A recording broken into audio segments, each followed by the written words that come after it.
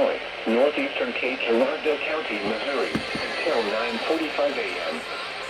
At 9 a.m., a severe thunderstorm was located 7 miles north of Jackson, moving southeast at 35 miles per hour. Expected hazards include 60 miles per hour wind gusts and quarter-size hail. This is a radar-indicated threat. The following impacts are expected. Hail damage to vehicles is expected. Expect wind damage to roofs, siding, and trees. Locations impacted include Jackson, Anna, Jonesboro, Trail of Tears State Park, Ware, Pocahontas, and Mill Creek.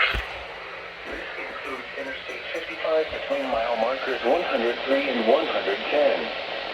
Repeating, a severe thunderstorm warning has been issued until 9:45 a.m. for the following counties in Illinois: Alexander and Union, and Cape Girardeau, Missouri.